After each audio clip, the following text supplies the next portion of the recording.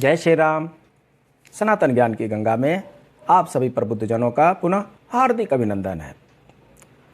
आज का विषय है पवित्र दान। दान एक ऐसा विषय वस्तु है कि कुछ लोग तो दान करते हैं, पर बहुतेरे लोग दान का पाखंड करते हैं, दान का दिखावा करते हैं।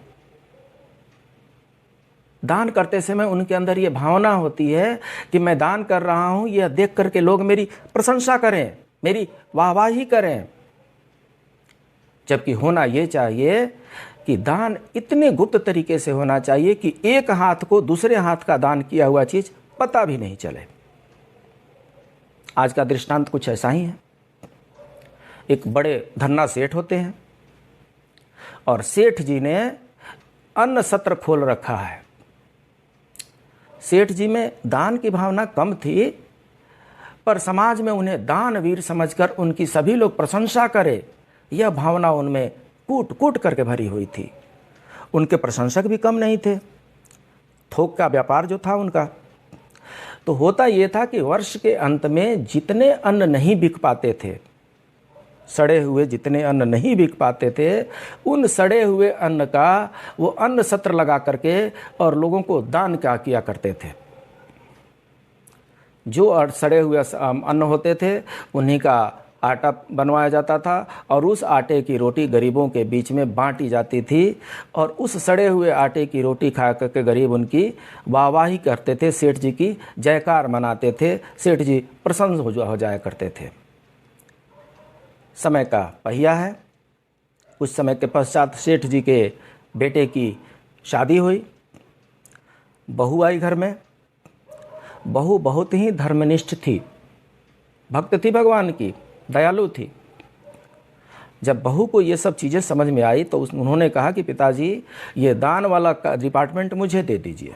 और बहू ने जो वो अन्न सत्र वाला दान वाला जो डिपार्टमेंट था वो अपने हाथ में कर लिया। उसके बाद से पहले ही दिन बहू ने उस सड़े हुए अनाज में से आटा मंगवा करके उसकी रोटी बना करके अपने ससुर को परोस दिया।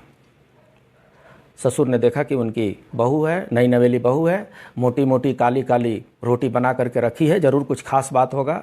वो मुंह में डाले, बड़ी चाव से मुंह में डाले और जैसे ही मुंह में डाले थू थू करके उन्होंने फेंक दिया। अरे बहू, ये क्या कर दी हो? घर में आटे की कमी है जो तुमने ये सड़े हुए बाजरे की रोटी हमें बना करके दे दी? कहाँ से लाई ये सब आटे? बहू ने बड़ी नम्रतापूर्वक कहा, पिताजी परलोक से लाई हूँ। पिताजी बोले, मतलब?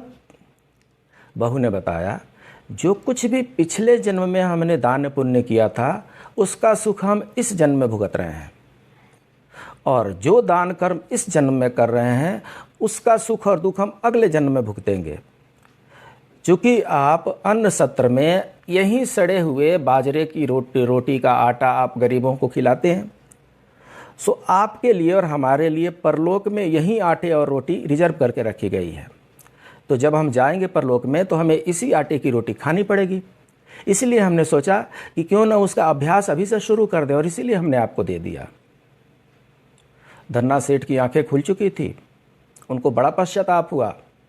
उन्होंने सड़े हुए जितने अनाज हैं उन सबको फेंकवा दिया और अपनी बहू की बुद्धिमानी से बड़ी प्रसन्न हुए। और उसके बाद से जो भी अन्न सत्र होता था उसमें उत्तम प्रकार के जो अन्न होते थे उनका आटा बना करके, उनकी रोटियां बना करके गरीबों के बीच में, ज़रूरतमंदों के बीच में बांटी जाती थी। इसलिए दान का एक नियम है।